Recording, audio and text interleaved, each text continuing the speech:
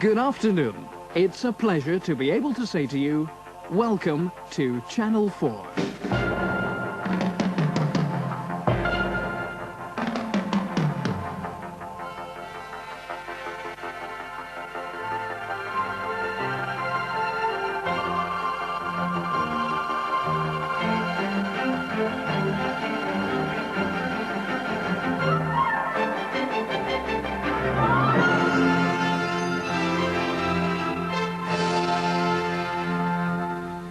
Hello, and welcome to the Ident Review, the show where we have a good look and chat about the various television idents that we have come to know and love over the years.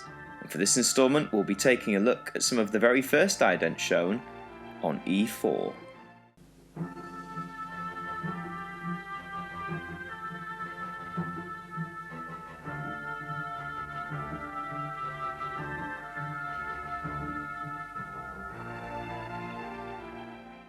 E4 was launched as a spin-off from Channel 4 in 2001. And right from the get-go, not only was the programming shown on E4 arguably quite different from the main channel, but the way in which this presented itself was also very different. This new channel was brash, edgy in a way, and in places quite funny. Now what I'm going to show you today is a selection of idents that debuted in 2001 along with the channel. Big thanks to Ethan for compiling these together for me. The quality of the clips do vary, and I'm missing some idents out completely either due to copyright issues or because the clips are cut off far too early. But with those disclaimers in place, let's take a look at our first ident today, Breakdown.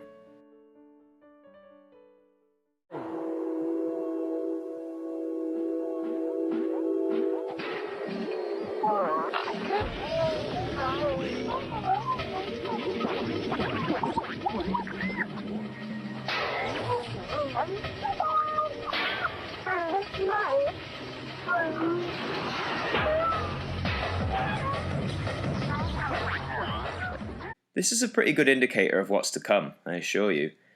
So we see, at that time, the main Channel 4 logo, which I've always found personally a little lacklustre in its appearance. However, things soon spice up once the new E4 logo, which is also alive, storms in to break things apart in the set. I like this ident for a multitude of reasons, one being that it shows that the new channel is up for having a laugh, being a little self-aware and not taking itself too seriously, like many other mainstream channels do. This little sentient E4 is going to be a running theme throughout a lot of our idents today, so be sure to keep your eyes open, but overall, it's a strong start I think. Let's see what our next ident has for us in Race.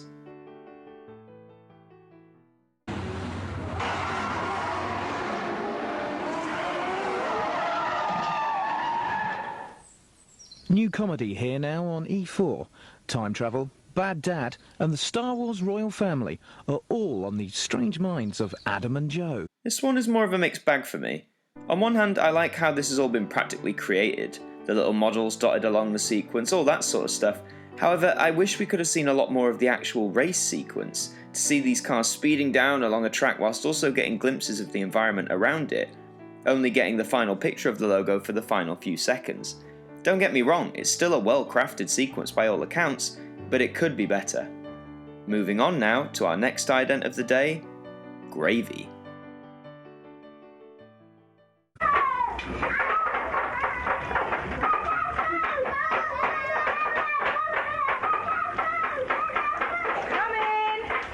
Show Me the Funny is in half an hour on E4. First up, Adjust Your Mindset for Adam and Joe. The programme contains strong language. Now that final image of a dinner is a staple of many British households. This one may be the most grounded in reality so far, with no bouncing logos or handcrafted models. However, it's the down-to-earth portrayal of what real life can be like that makes this work. The screaming kids trying to get dinner right whilst doing 1,000,001 other things, and it's often a simple dinner at that. It's instantly relatable to millions around the country, and I commend the designers for deciding to be as on the nose with this as they have been. Sure, it's not the greatest ident ever, or even one that many people would say is their favourite or one they'll remember.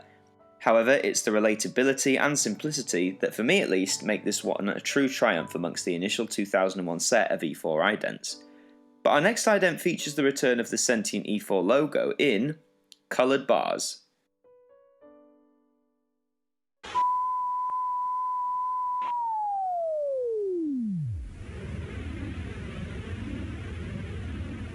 This is E4, where Ally McBeal needs some serious puckering action before she explodes with anticipation. As someone who likes TV quirks like the coloured bars, this is an instant win for me. To take something as iconic to viewers as the iconic bars, and use them as a basis for your ident, it's truly genius. And even though what they do is wonderfully simple, just having a little glitch to then reveal the cascade of E4 logos that help make it up, it's brilliant. Admittedly, given this E4 ident's nature to cause havoc and mess things up, I would have loved for it to perhaps bounce around more, mess up more of the colour scheme of the bars rather than fix them. That would have been even more hilarious. But as things go, this one still works really well as a concept. But moving to something more animalistic now, in rabbits.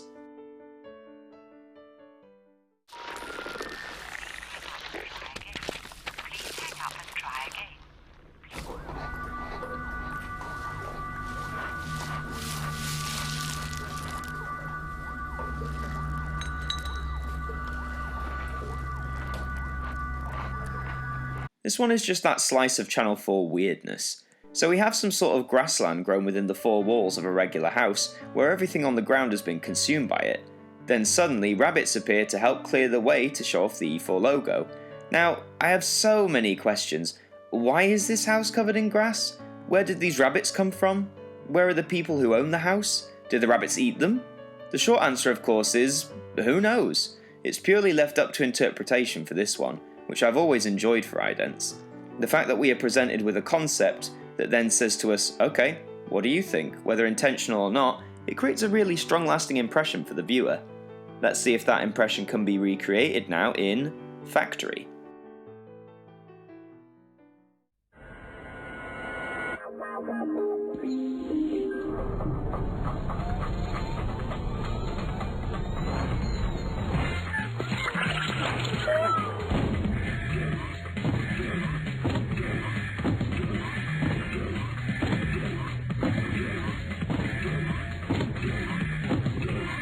A nice blend of the past and present here. Again, I like how the main Channel 4 logo is called into service this sequence. To flip the plane we view it on, to see the 4 move away to become a hatch, and the best thing for me personally is seeing the original Channel 4 logo from 1982 bouncing along to meet its fate.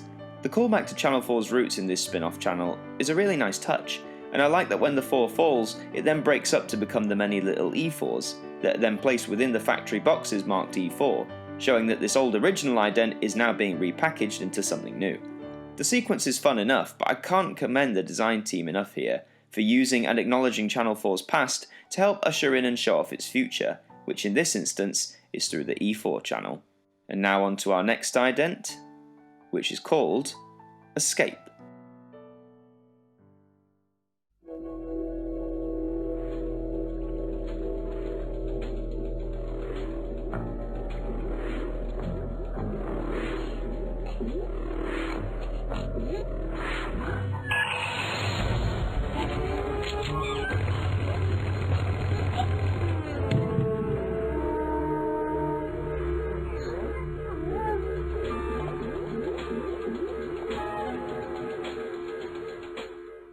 Another cool and quirky E4 ident here.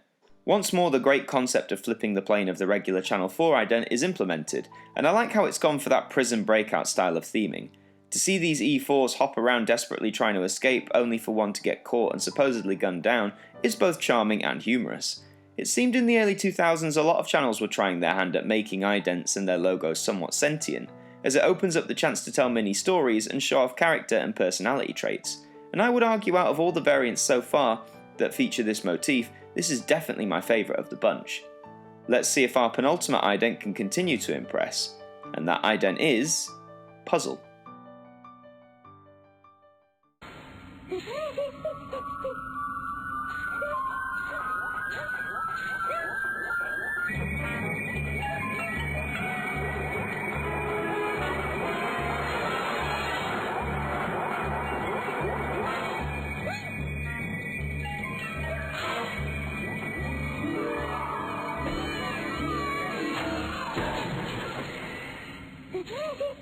Okay, any fans of the original Yu-Gi-Oh anime should adore this. Not only is this quite a trippy sequence, with all of the E4s bouncing around all of these different staircases and halls, but it looks eerily similar to how the inside of the Millennium Puzzle is portrayed in the Yu-Gi-Oh anime series. If you're a fan or have seen that specific part of the show, you'll know exactly what I mean.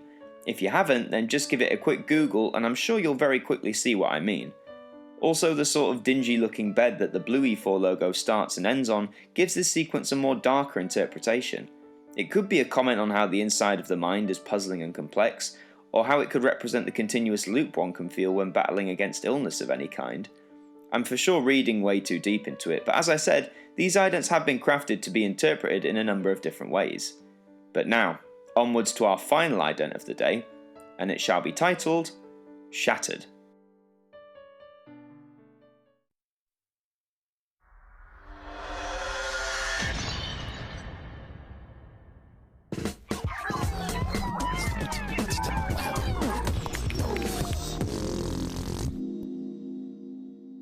This one actually made me laugh out loud the very first time I saw it. I know that sounds daft, but just hear me out. When I once again saw the old school Channel 4 logo, I was thinking maybe we would get a blast of the old 4-score theme, or some sort of callback to one of the original sequences. But the fact it just falls straight down and smashes was so unexpected that it really caught me off guard. Once more, I like the notion of how the old Channel 4 logo is simply little E4 logos. It's a simple concept that can really go a long way in terms of variations, and to see them all bounce around and eventually end up with the now familiar purple E4 logo is nice to view. Though I can't quite work out if that final sound is the sound of distorted bass or just someone blowing a raspberry, and because it's E4, it's realistic that it could be either of them. Overall, the initial batch of idents that accompanied E4 going on the airwaves in 2001 are really quite something to look back on now. I think the variants that have sentient E4 logos are the better of the bunch. They are the more memorable for how they inject stories and personalities into sequences that don't often receive that level of treatment. Not to say the more standard ident sequences are terrible, not by any stretch, but they are far less memorable. But in any case, E4 burst onto the scene to show that it was different and not like the rest of the bunch. And in the case of achieving this, when it comes to their idents, for the most part, they certainly did just that. And so we've come to the end, but before we go, the final words from our broadcaster. That was all this week for this instalment of the Ident Review. I hope you all enjoyed watching it, and we hope that you tune in next week. We have many programs you can tune into throughout the week, all broadcast at 8 PM. Overthinking on Monday, the Now Review on Tuesday, a bonus video on Wednesday, and the Sunday catch-up on Sunday. But until then, have a good week, and we hope that you join us again soon. Good night.